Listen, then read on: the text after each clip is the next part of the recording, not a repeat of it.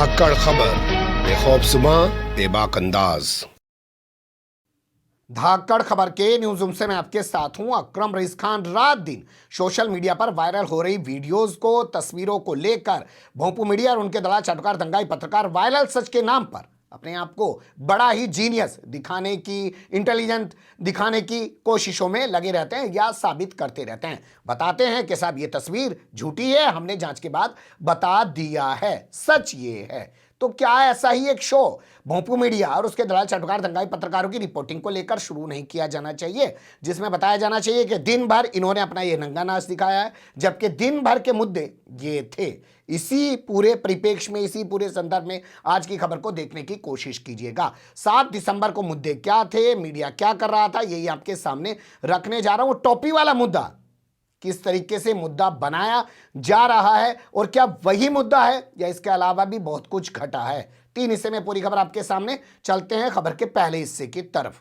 खबर के पहले हिस्से में आपके सामने संसद से आ रही आज की ताजा तस्वीरें रखना चाहता हूं। आप ये देखिए, यहां पे अखिलेश यादव ही नहीं, मुलायम सिंह यादव भी आज लाल टोपी में नजर आ रहे हैं। ये आज 8 दिसंबर की तस्वीरें। आप जानते हैं कल 7 दिसंबर को प्रधानमंत्री नरेंद्र मोदी ने गोरखपुर में खड़े होकर कहा कि लाल टोपी वाले अगर सत्ता में आ गए तो वो आतंकवादी को छुड़ाने का काम करेंगे, और लाल टोपी उत्तर प्रदेश के लिए रेड अलर्ट यानी कि खतरे की घंटी है। तो उसी के जवाब में अखिलेश यादव ही नहीं, मुलायम सिंह यादव भी आज लाल टोपी लगाकर पहुंच गए और उन्होंने ANI न्यूज एजेंसी को बयान भी दे दिया और बता दिया कि लाल रंग तो भगवानों का रंग है। सुन लीजिए उनकी जबानी।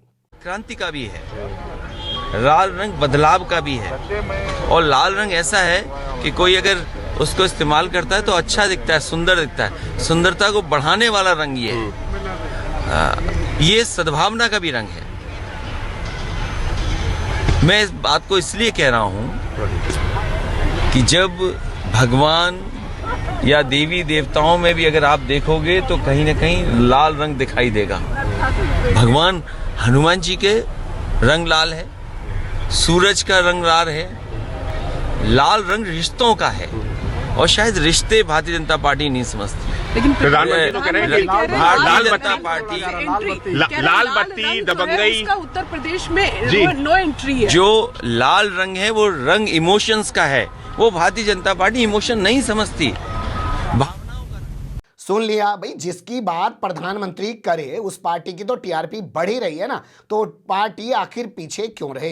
ये ठीक उसी तरीके का मामला है कि जैसे राहुल गांधी ने 2019 के लोकसभा चुनाव में कहा कि चौकीदार चोर है, तो प्रधानमंत्री नरेंद्र मोदी ने उस मुद्दे को लपक लिया और फिर हर मंत्री अपने नाम के आगे चौकीदार लिखने लगा। अब कोई चौकीदार की बात नहीं करता है, चौकीदार की हत्या, मर्डर, बलात्कार जो भी कुछ उसके साथ हो जाता उसकी भी कोई बात नहीं करता। लेकिन इस तस्वीर को देखिएगा, इससे साफ ये लग रहा है कि टोपी वाला मुद्दा अब बड़ा मुद्दा बन गया है, क्योंकि अखिलेश अब अपने अब्बा यानी कि मुलायम सिंह के साथ टोपी लगा के संसद में भी पहुंच गए हैं। अब दूसरी तस्वीर देख लीजिए।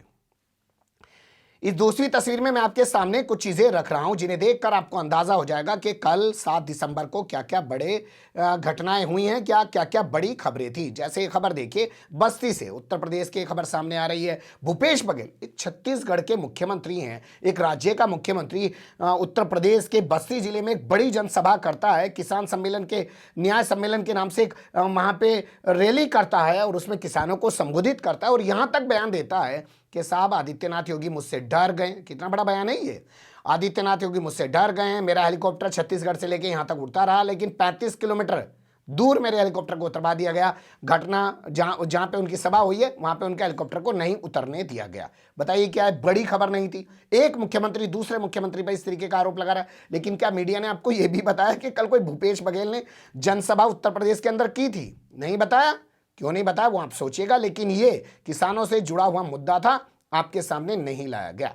अब दूसरा अपडेट आपके सामने रख रहा हूं, ये देखिए, जंतर मंतर पर कल कांग्रेस के नेताओं ने महंगाई को लेकर धरना प्रदर्शन किया। इसमें कांग्रेस के सांसद भी पहुंचे हैं। अब बताइए कितनी बड़ी खबर है। महंगाई से हर आदमी परेशान है, जंतर मंतर पर विपक्ष की पार्टी महंगाई को लेकर प्रदर्शन कर रही है। लेकिन क्या यह खबर आपके सामने आई?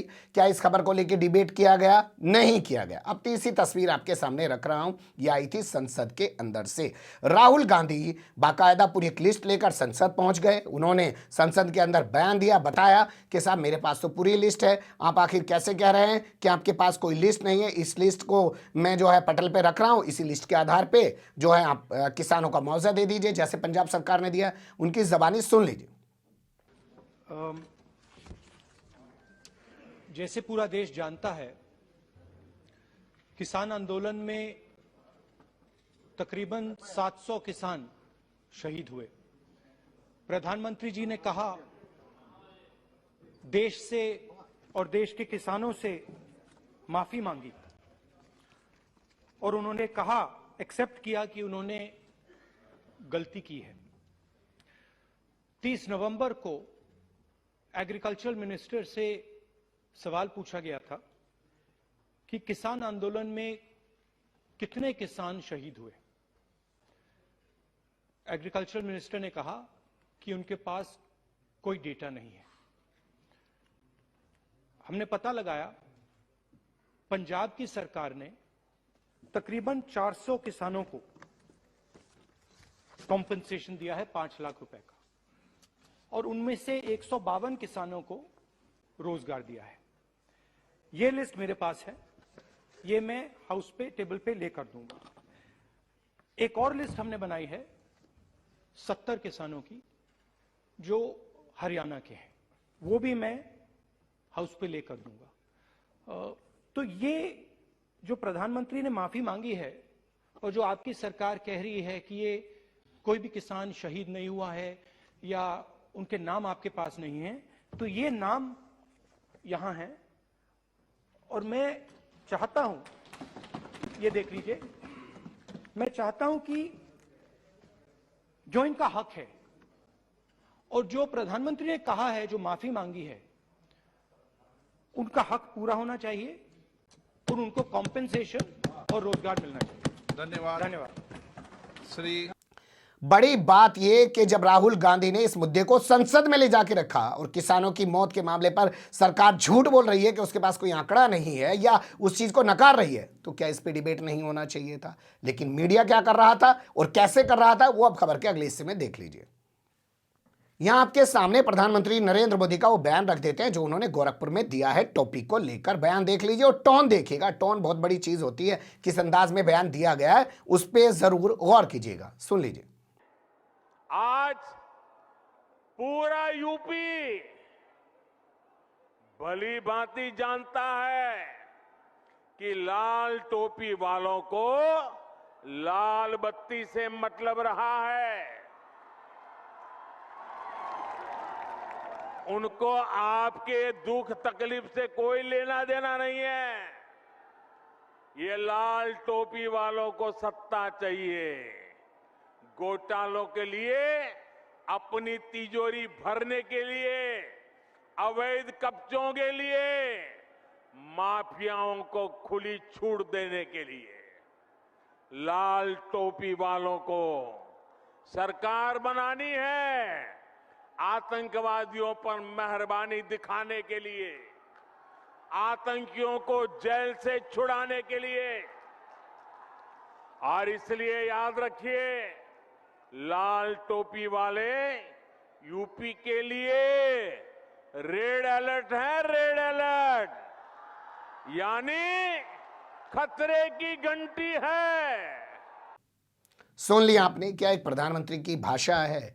इससे पहले आपने प्रधानमंत्री को देखा होगा, अरे उनको कपड़ों में पहचानो जो सीए का विरोध कर रहे हैं। अरे उत्तर प्रदेश में अगर जो है बिजली रमजान के महीने में दी जाएगी तो वो दीपावली पे भी बिजली आनी चाहिए। कब्रिस्तान और शमशान की बात ये करते हैं और प्रधानमंत्री की सीट पर बैठे हुए हैं। शर्म आजकल नहीं आती है। इसके अलावा अगर आप और चीजें निकालेंगे तो आपको एहसास होगा कि प्रधानमंत्री की भाषा का स्तर कभी भी बेहतर नहीं रहा है। ये वही है जो कहते थे 250 करोड़ की गर्लफ्रेंड है, ये वही है जो बताते थे कि सोनिया गांधी अपने लॉन में किस तरीके के कपड़े पहन के टहलती है। तो देखते कहाँ से, आपने इनके मुख्यमंत्री को देखा होगा ना, उत्तराखंड का मुख्यमंत्री, मैं हवाई जहाज में बैठ के आ रहा था, मेरे बगल में एक महिला बैठी हुई थी फटी हुई जींस पहन के, मैंने नीचे से देखा। क्यों देख रहा था भाई तू नीचे से?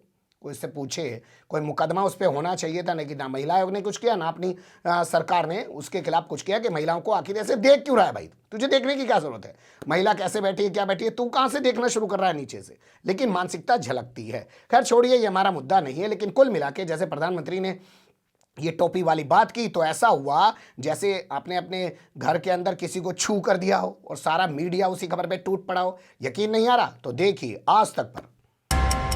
दोनों ही नेता अलग अलग क्षेत्रों में जाकर जनता को लुभाने की कोशिश कर रहे थे, लेकिन लाल टोपी का मुद्दा जिस तरह से उछला, अब सवाल यह है कि क्या इस मुद्दे को उछालकर बीजेपी को मिलेंगे वोट, और इस पर जो जवाब अखिलेश यादव की ओर से दिया जा रहा है, क्या उनका वोटर इस बार 2017 के मुकाबले इनके पाले में चला जाएगा? इसी मुद्दे को लेकर हम बड़ी बहस करने वाले हैं दंगल में।